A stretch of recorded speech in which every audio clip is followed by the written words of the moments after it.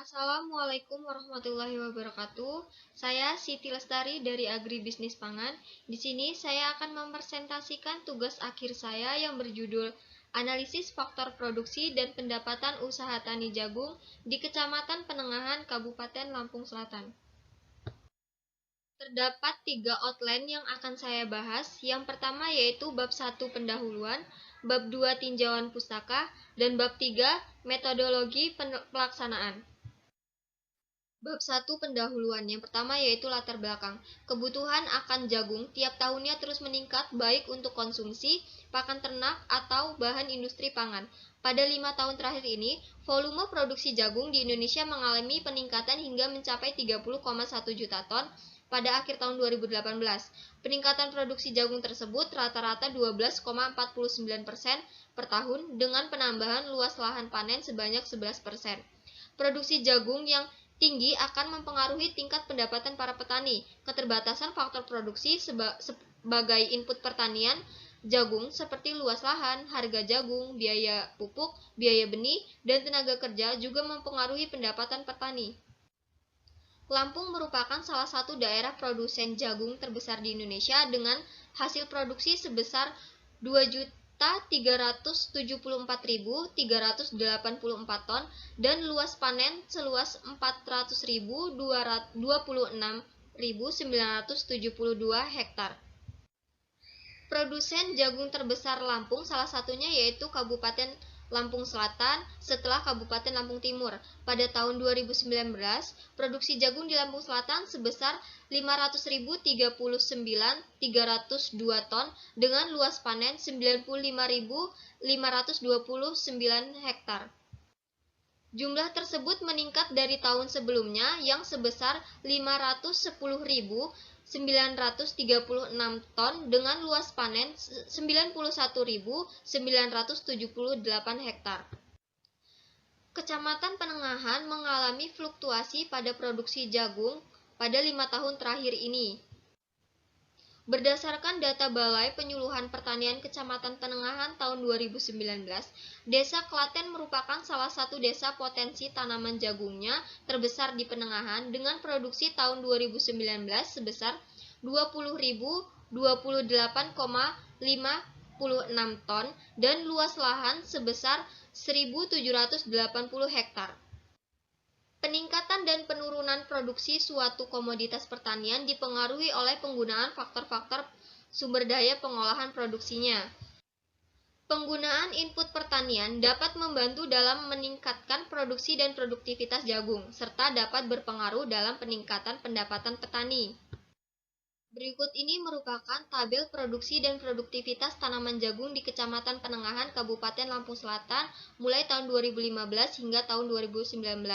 Pada tabel tersebut dapat dilihat bahwa tahun 2015 hingga tahun 2017 produksi jagung Penengahan selalu mengalami peningkatan, namun pada tahun 2018 produksi mengalami penurunan dan pada tahun 2019 produksi mengalami kenaikan lagi hingga mencapai 67.489 ton yang jumlah ini menjadikan Kecamatan Penengahan sebagai produsen jagung terbesar di Kabupaten Lampung Selatan.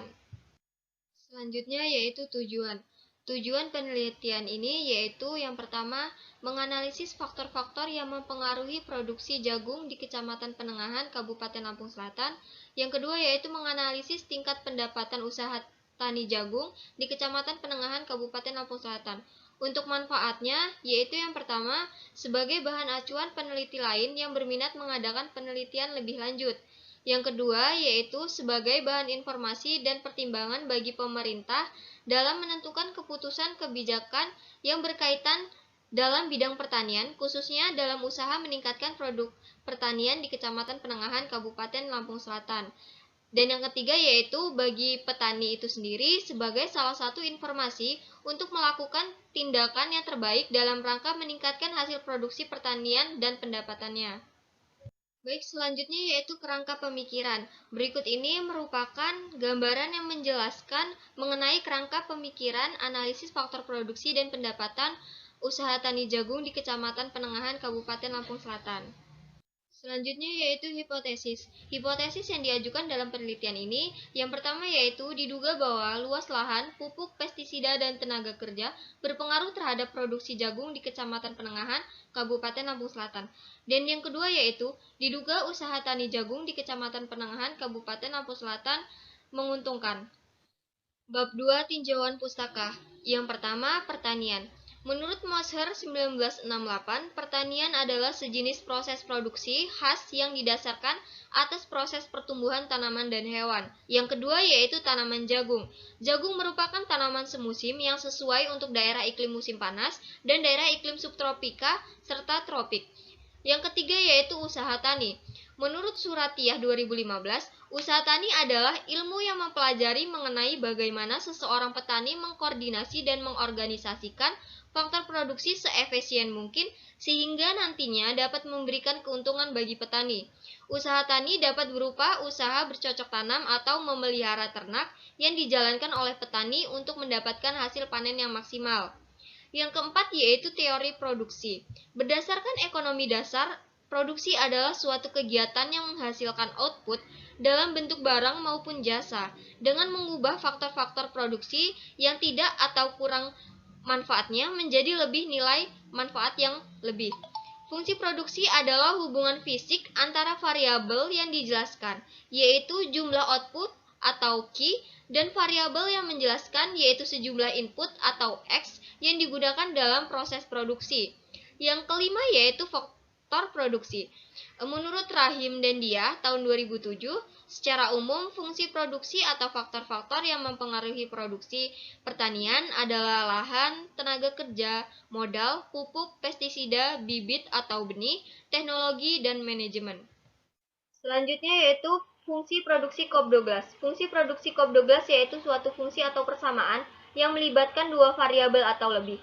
COP12 itu sendiri merupakan bentuk fungsional dari fungsi produksi secara luas digunakan untuk mewakili hubungan output untuk input. Secara matematis, fungsi produksi COP12 dapat ditulis seperti Y sama dengan alfa X1 pangkat beta 1, X2 pangkat beta 2, hingga I pangkat beta I, hingga Xn pangkat beta N, E pangkat U. Persamaan tersebut dapat diubah menjadi bentuk linier berganda atau multiple regression dengan cara melogaritma bentuk double log atau len seperti len Y sama dengan len alfa plus beta 1 len X1 plus beta 2 len X2 hingga beta I len XI hingga beta N len XN plus UI, di mana Y merupakan variabel yang dijelaskan atau produksi, X1, XI merupakan faktor produksi seperti X1, X2, X3, dan seterusnya. Selanjutnya yaitu biaya. Menurut Sukartawi 2006, biaya dalam usaha tani dapat diklasifikasikan menjadi dua, yaitu biaya tetap atau fixed cost dan biaya tidak tetap atau variable cost.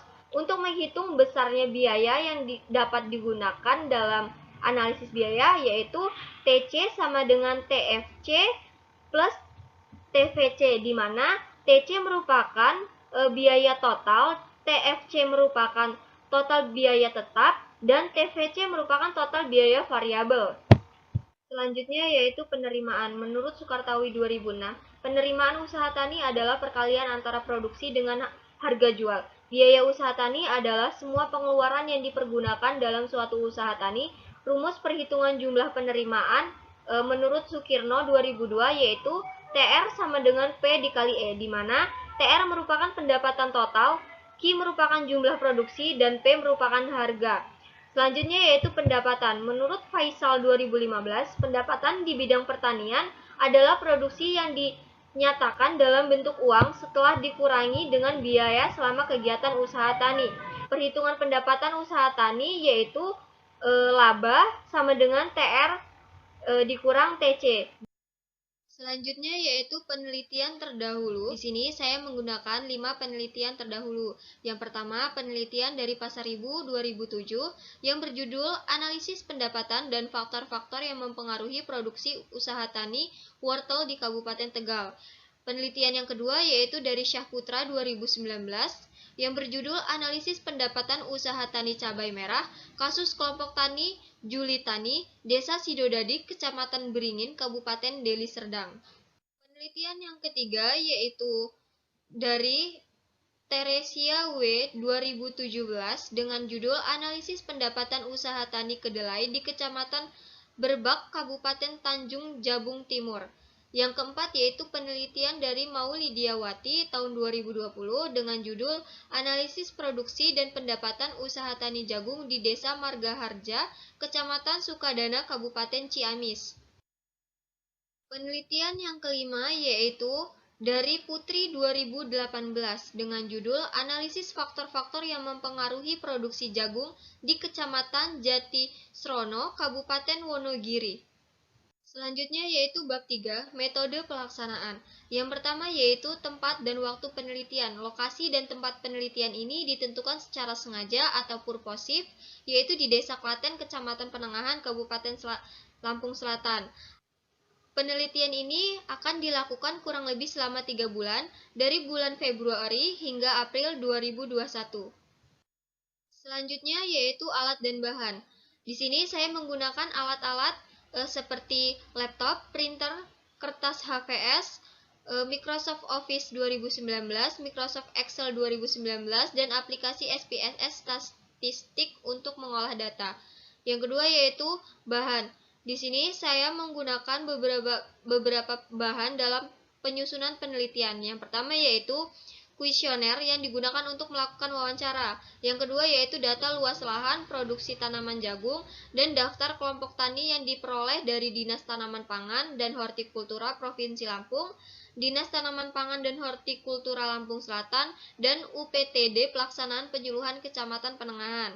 Yang ketiga yaitu profil dan monografi Desa Klaten, Kecamatan Penengahan, Kabupaten Lampung Selatan. Selanjutnya yaitu perencanaan penelitian. Yang pertama yaitu jenis penelitian. Di sini saya menggunakan analisis deskriptif, kualitatif, dan kuantitatif. Analisis deskriptif dilakukan dengan cara menggambarkan data dan variabel yang berkaitan dengan masalah yang sedang diteliti dan kejadian yang diuji. Kualitatif dapat dilakukan sebuah penekanan pada fenomena saat melakukan analisis yang bersumber pada informasi dari sebuah penelitian. Analisis kuantitatif dilakukan melalui pendekatan secara empiris yang terdiri dari pengukuran secara numerik dan analisis secara matematik atau statistik. Selanjutnya yang kedua yaitu metode pengumpulan data. Di sini saya menggunakan dua jenis data yaitu data primer dan data sekunder. Data primer dikumpulkan dengan menggunakan beberapa metode seperti wawancara, kuesioner, dan dokumentasi. Untuk data sekundernya diperoleh melalui instansi yang terkait dalam penelitian ini, serta melalui jurnal-jurnal yang terkait dalam penelitian ini. Selanjutnya yaitu metode pengambilan sampel. Teknik pengambilan sampel yang digunakan yaitu probability sampling atau pengambilan sampel secara acak dan random. Untuk menentukan ukuran sampel dari populasi, saya menggunakan rumus dari Slovin yaitu N kecil sama dengan N besar dibagi 1 ditambah N besar dikali E pangkat 2, di mana N kecil merupakan ukuran sampel, N besar merupakan populasi, dan E merupakan nilai kritis yang diinginkan. Diketahui jumlah petani jagung yang tergabung dalam 21 kelompok tani di Desa Klaten ini yaitu sebesar 468 orang sebagai N dan menggunakan nilai kritis sebesar 15%, sehingga diperoleh total sampel sebanyak 41 orang untuk diteliti. Selanjutnya yaitu perhitungan proporsi jumlah sampel per kelompok tani menggunakan Proportionate Stratified Random Sampling. Untuk rumus Proportionate Stratified Random Sampling ini yaitu NI sama dengan NI besar per N besar dikali N kecil, di mana NI merupakan ukuran setiap strata sampel, NI kecil sama dengan ukuran setiap strata populasi, N besar merupakan ukuran total populasi, dan N kecil merupakan ukuran total sampel. Dari tabel yang saya sajikan tersebut, dapat dilihat masing-masing kelompok tani diambil 1-3 petani, hingga jumlah sampel mencapai 41 orang. Selanjutnya yaitu definisi operasional. Di sini saya menggunakan 11 definisi operasional. Yang pertama yaitu produksi jagung dengan satuan ton, yang kedua yaitu pendapatan petani dengan satuan rupiah, yang ketiga yaitu luas lahan dengan satuan hektar, yang keempat yaitu pupuk dengan satuan kilogram, yang kelima yaitu pestisida dengan satuan liter, yang keenam yaitu tenaga kerja dengan satuan HOK. Yang ketujuh yaitu benih dengan satuan kilogram, yang kedelapan yaitu biaya produksi dengan satuan rupiah, yang kesembilan yaitu harga output dengan satuan rupiah, yang kelima yaitu penerimaan dengan satuan rupiah, dan yang terakhir yaitu pendapatan dengan satuan rupiah. Selanjutnya yaitu analisis data. Yang pertama yaitu faktor produksi. Metode yang digunakan dalam menentukan faktor-faktor produksi jagung di Kecamatan Penengahan ini menggunakan fungsi Cobb-Douglas. Secara matematis, fungsi Cobb-Douglas dapat dituliskan dalam bentuk persamaan seperti Y1 sama dengan A0 ditambah X1 pangkat beta 1 ditambah X2 pangkat beta 2 ditambah X3 pangkat beta 3 ditambah X4 pangkat beta 4 ditambah X5 pangkat beta 5 ditambah X6 pangkat beta 6 ditambah dami 7 pangkat beta 7 plus E, di mana Y merupakan produksi jagung dalam satuan kilogram, alfa merupakan konstanta, X1 merupakan luas lahan, X2 merupakan pupuk urea, X3 merupakan pupuk NPK, X4 merupakan pupuk organik, X5 merupakan pestisida, X6 merupakan tenaga kerja, dan D7 merupakan dami benih yang terdiri dari 0 untuk non-subsidi dan 1 untuk subsidi. Selanjutnya yaitu analisis dilakukan untuk mengetahui angka-angka yang mempengaruhi antara variabel dependent atau Y dan variabel independent atau X yang dapat dilakukan dengan uji asumsi klasik. Di sini saya menggunakan uji asumsi klasik berupa uji normalitas, uji multikolinearitas, uji heterokedastisitas, dan uji autokorelasi. Selanjutnya di sini saya menggunakan uji T, uji F, dan koefisien determinasi atau R2. Selanjutnya yaitu pendapatan usaha tani jagung. Menurut Ilyas dan Avandi tahun 2016, analisis pendapatan usaha tani berfungsi untuk mengukur apakah kegiatan usaha tani menguntungkan atau merugikan bagi petani. Untuk menghitung total penerimaan atau TR, usaha tani jagung dapat menggunakan rumus TR sama dengan Q dikali P. Untuk menghitung total pengeluaran atau TC, dalam usaha tani jagung dapat menggunakan rumus TC sama dengan TFC ditambah TVC. Untuk menghitung pendapatan usaha tani jagung menggunakan rumus laba sama dengan TR min TC. Selanjutnya yaitu rencana pelaksanaan penelitian tugas akhir. Rencana pelaksanaan penelitian ini dapat dilihat pada tabel berikut ini. Penyusunan proposal dimulai dari bulan September hingga Januari. Untuk seminar proposalnya dilakukan pada bulan Januari. Untuk pengumpulan datanya dilakukan mulai bulan Februari hingga Maret, dan untuk analisis dan interpretasi data dilakukan mulai bulan April, Mei hingga Juni, dan seminar hasil dapat dilakukan pada bulan Juni. Mungkin sekian yang dapat saya sampaikan, kurang lebihnya saya mohon maaf. Saya akhiri, wabillahi taufik wal hidayah, wassalamualaikum warahmatullahi wabarakatuh.